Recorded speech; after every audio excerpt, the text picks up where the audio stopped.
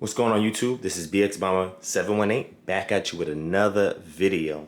And what I'm doing right now is giving you an overview of the Asus ROG Flow X13.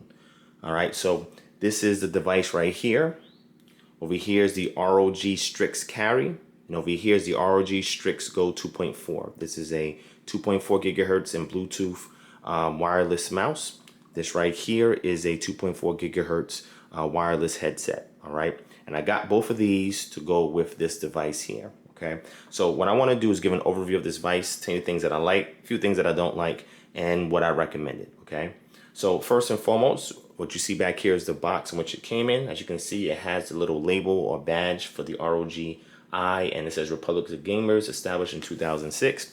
The same thing is replicated on the device itself right here. Right, so you can see it. All right, as you can see, this has a nice textured lid. Everything is made of magnesium alloy, which gives it rigidity, but also allows it to be lightweight. Okay, it has a little subtool design here. It's a little diagonal slash right here. It looks like this part is brushed magnesium, and this part is smooth, and that's why it looks like there's a gradation there. Very, very nice subtle touch. The reason why I like it is it's not gaudy, it's not in your face, it doesn't scream gaming. All right, it's very down to earth, looks very professional, business productivity minded, which I like. Okay, and then you have the silver badge right here again, which gives it a nice little touch. All right, now on this side here you have your USB Type-C, your USB Type-A, and you have your power button, which also doubles as a fingerprint scanner or a biometric reader, right? And over here you see you have an exhaust vent, right? On the back, you have two exhaust vents, and then you have this one right here in the middle, which is very interesting. You also have two rubber feet here on the lid because it has almost like a very slight ergo lift. When you push it all the way back past 90 degrees, it starts to lift up the device, and therefore the screen actually touches the table or desk that you have it on. All right, and on this side we have your ROG cover. This is a rubber cover that covers the USB Type-C port that's behind here, as well as a PCIe port right here. And this is for your XG Mobile, which is an external graphics system or peripheral that you connect into here to give it a free connection to a PCIe Express lane. All right. Now I would get it, but it retails for $1,500, so probably not going to purchase that. But also over here, you can still remove this and still use the Type-C here, and I typically use this to charge a device. All right, I'll get into that in a minute. Here's your HDMI 2.0B. Here's your 3.5 millimeter headphone and microphone combo jack. Right, there we go. And here's your two indicator lights, one for hard drive activity and one for battery. Okay. All right, there we go. Okay, right here is some slits for the speaker grill on this side, and there's some slits for the speaker grill on the opposite side as well. All right. All right, now on the bottom, I'm gonna cover that sensitive information. As you can see, there are perforations underneath the two fans. There's rubber feet, there's two at the top, and there's two on the bottom. Right there, got to cover up this part right here. There's 1, 2, 3, 4, 5, 6, 7, 8, 9, 10, 11. There's 11 screws that you have to unscrew if you want to remove the bottom panel and get to the components inside. All right, and let me open up the lid so you can see the screen. All right, take this part off right here. All right, here's the keyboard with 1.7 millimeters of travel. All right, here's your touchpad right here. And here's your 13.4 inch 16 by 10, 500 nit, 120 hertz screen. All right. All right, so once we're going through it, I'm going to tell you what I like and what I don't like, okay? Now, let's start with the dislikes. As you can see, this is a fingerprint magnet, so make sure you have a microfiber cloth to wipe this thing down to keep it looking spiffy, because if you don't, it's gonna look real ugly after maybe 10 minutes of use, okay? So So that's one thing that I do not like, is the fact that it attracts fingerprints and it looks really ugly, all right? But if you wipe it down, it's fine, but that's one thing that I dislike, okay? Another thing that I dislike is the fact that on this side, I believe that they could have added another USB type A port on this side. Okay, that would have been helpful. Or they could have put a barrel power charger here, AC adapter input here, so that way it can receive power, and then you can use this type C independent of power if you have a whole bunch of stuff plugged in. So that's a little nitpick. It's not really a big deal, but you know, that's something I think they could have done to improve it, okay? All right, so another thing is the bottom. There's only cutouts for the fans, which I think you could have made additional cutouts for air to come through and flow over other components. That would have been nice, but unfortunately they only have it over the 2 fans. Fortunately enough, cooling is pretty decent on here, right? But I think if they added perforation elsewhere, it would have enhanced the cooling, okay? Another thing that I don't like about this is that if you're looking to upgrade once you purchase this, you can forget about it, okay? The Wi-Fi card is soldered onto the board. The RAM is soldered onto the board. You only get 16 gigabytes. However, the RAM is really fast. It's LPDDR5X, and I think it's 6400 megahertz, right? So it does run really fast for RAM. So that's good, but it's soldered on, which means there's no upgrade path. So if you're looking to upgrade this in the future, you are out of luck, all right? Now, also, there is a SSD that is attached in here, but it's one of those shorty con SSDs, and it's 1 terabyte, and I think that that's the max at the moment, so there's no upgrade path for that. But that is removable. You can upgrade that or swap it out for another one, but the likelihood of you doing that until they increase capacity of that form factor, you know, you can forget about it. So upgrade path is not there, all right? So that's another thing that I do not like about it. Now, as far as getting into the internals, it's very easy unscrewing those screws, no problem, okay?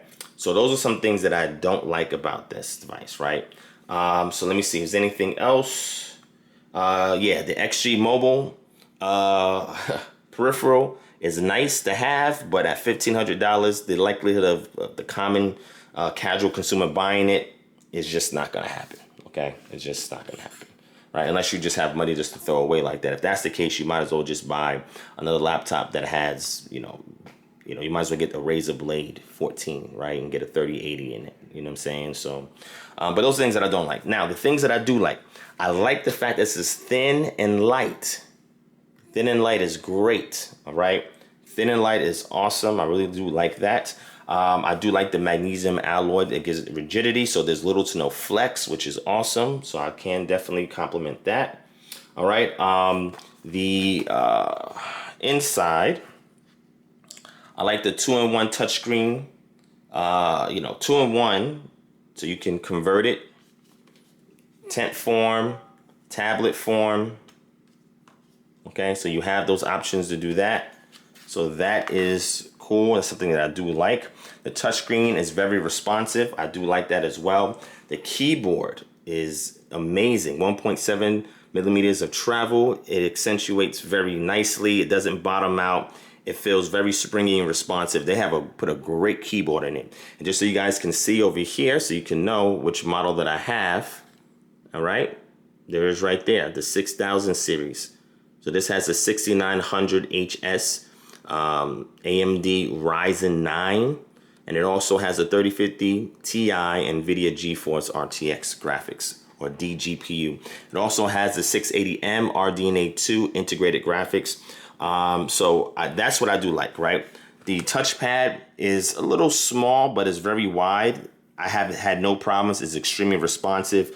Also, this came with Windows 11, and initially, last year, I was not a fan of Windows 11, and I felt like I wanted to wait at least a year until all the kinks is worked out. You know, they have updates and everything, because there was issues with the 5000 series AMD Ryzen chipset and CPU. But after using this with Windows 11, you know, it's growing on me. You know, I really don't have no complaints about Windows 11. I install all the apps that I typically use, had no problems. The system did not blue screen on me at all. It's very responsive. I cannot complain.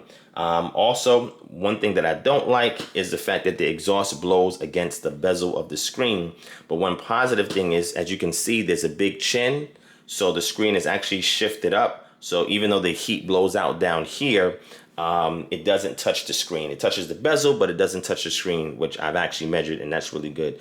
However, I think that they should have cut out this part of the bezel to allow the air to blow out with no impedance. All right, because when you have impedance, then that can cause it to get very warm in that area, and that can cause thermal throttling. All right. Second thing, all right, well, next thing that I do like about this laptop is the performance is outstanding.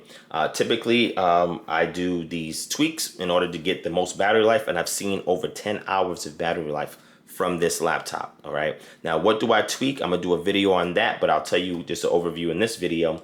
So what I do is I turn the muck switch off. All right, the panel overdrive, I keep it on 60 hertz. Now this is all unplugged, okay? Then there's an option to put it in eco mode or optimize mode, which disables the DGPU, all right, which I do.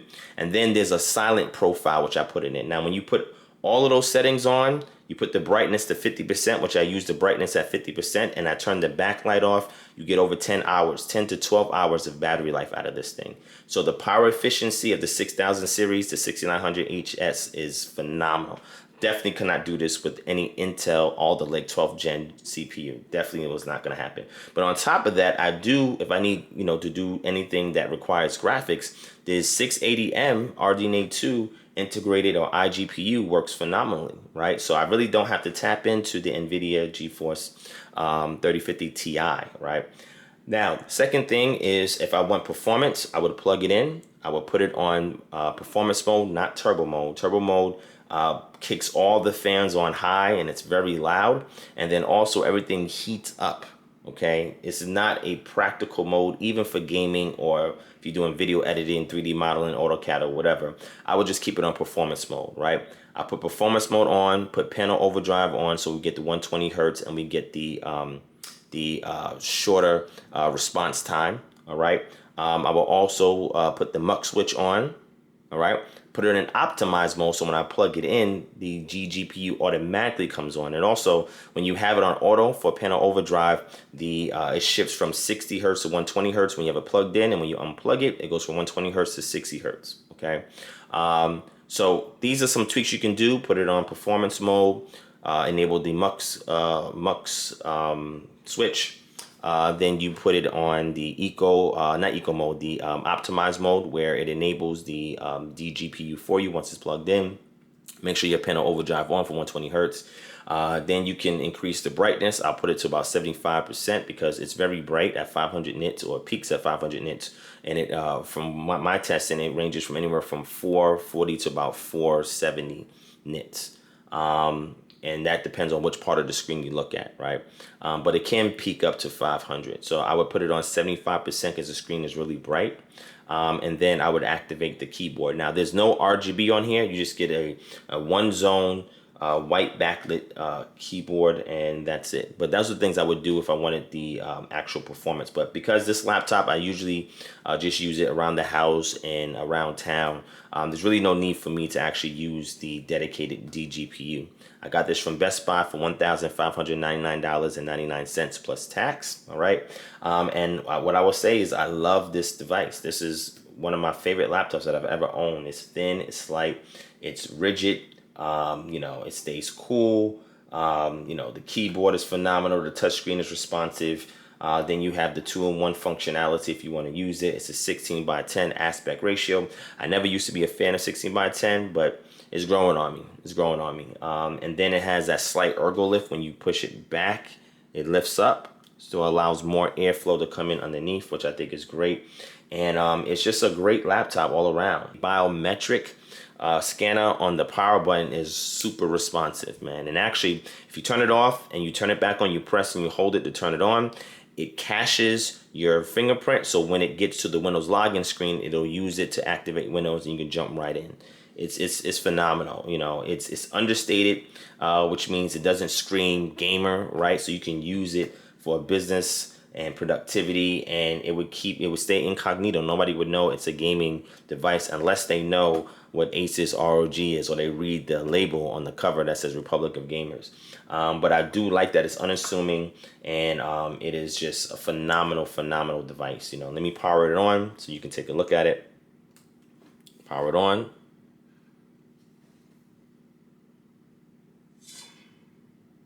That right there is pretty neat.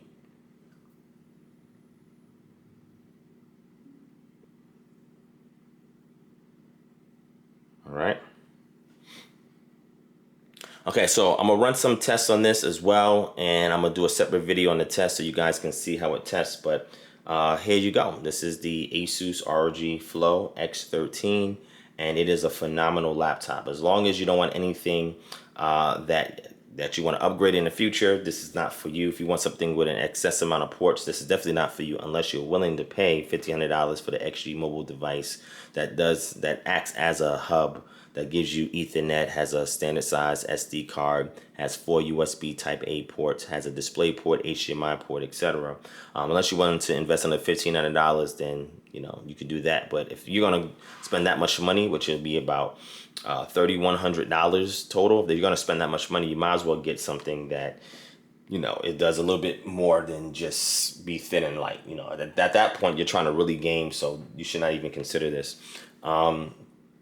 But other than that, I mean, if you're not worried about ports, if you're not worried about additional preparation for cooling, anything else, I mean, this laptop is awesome. I mean, when I use it day to day, it stays in the 40s in the mode that I have it in, and I have no problems whatsoever with it. No problems. All right. All right, so I'm shutting it off. All right, so that was that. I hope you guys enjoyed that. What I'm going to show you next is just the 2 accessories that I got with it, which I think that if you're getting this laptop, you should consider these accessories because they go with it. They match it perfectly, all right? First one up is your ROG Strix Carry. It is a mobile mouse. If you have really large hands, this is probably not going to be for you, but because it's small and compact, you can throw it in a bag and forget about it. It's definitely portable. You can use it in tight spaces, which I like. Here's the ROG logo here. It does not light up, so there's no Asus Aura lighting on it at all, which I like. Again, it's unassuming, right? You don't know that it's a gaming mouse. It has Bluetooth and has 2.4 gigahertz. If you put your fingernail under here and reveal it, you see we put 2 batteries in here, AA batteries, and then right here is the receiver, which slides right in here conveniently. Also, this thing has 2 weights here, so it's very weighty when you use it. So I turned the DPI up to about 4,400, 4,500, and I like the weighty feel that it has. So you can take the weights out, right? Or you can keep the weights in. I like the weights in because it makes it feel more premium, all right? And then if you close this back up, all right, and that's this mouse here. Again, it's all plastic, but it's hard plastic, so it feels very high quality, especially with the weights in it. All right, and next up is the ROG Strix Go 2.4. This headset is very lightweight. It has a premium feel. I like the chrome accents on here. Chrome accents on here at the top. It says Republic of Gamers, right? Right here on the side, you see you have the ROG symbol there, and it says ROG here on this left cup. And on the right side, it has the ROG logo, and it says ROG there at the top in chrome accents. Inside, it has 2 ROG logos. The cushioning is very, very soft, and this is very light. I mean, you can also fold it up like this and throw it in a bag, or you can put it like this and slide it in the bag. It's just a great, well-constructed headset. The sound is awesome. You could tweak it in the Asus Armory Crate software. You could tweak it for games. You can tweak it for movies or whatever else. Inside, you see it says Asus right inside there. Okay, and I have no complaints about it. It also has a 3.5 millimeter jack. It also has a microphone. You can plug the microphone in here. I haven't used the microphone yet. Probably not going to use the microphone, but it comes with a microphone there, so I can't speak on that. Also here, you have your on-off switch. Your off switch is on right now. You push it up to put it in 2.4 gigahertz mode. This is an action button. You can use this to pause music, play music, etc. And here's your volume rocker. All right, you can rock it up, rock it down, and keep holding it down, and it'll go mute. All right. This right here is like a matte black, and it does capture fingerprints too, so you may have to wipe that down. But other than that, I have no complaints. This is an excellent headset. It's very light, sound is premium, and you can't go wrong with it. Okay. All right. So with that said, this is my Asus ROG Flow X13 laptop with the accessories. And if you're looking for a thin and light that packs a punch, you cannot go wrong with this. It's premium. There's no flex. The older model for last year did have some flex by the keyboard. This one has no flex on the keyboard. Matter of fact, let me show it to you. And that's one complaint I know some people had. There's no flex on the keyboard. None. All right, the keyboard is awesome to type on. The touchpad is responsive. The touchscreen is also responsive. The system itself boots up fast, is very responsive, had no issues, no slowdowns, no delays, even while it's in silent mode, okay? Which downclocks, which pulls back some of the voltage, downclocks it pretty much, and having the DGPU disabled, you get 10 to 12 hours on here. And this is a road warrior, very solid construction, very well built, and it's very understated, right? It doesn't scream out gamer. It doesn't have any Asus Aura lighting or anything unlike it. So if you are a professional, but you like to game and you need something that you can go on a road with for 10 to 12 hours, but at the same time, you want to be able to plug in, play some games, do some video editing, or do some AutoCAD, 3D modeling, something like that, this is probably the best machine that you can get that's out there. So shout out to Asus for creating this device. They did not sponsor this video. I purchased this with my own hard-earned cash, and I'm just showing it to you, all right? So thank you guys for watching. Hope you enjoyed. Peace. See you in the next video.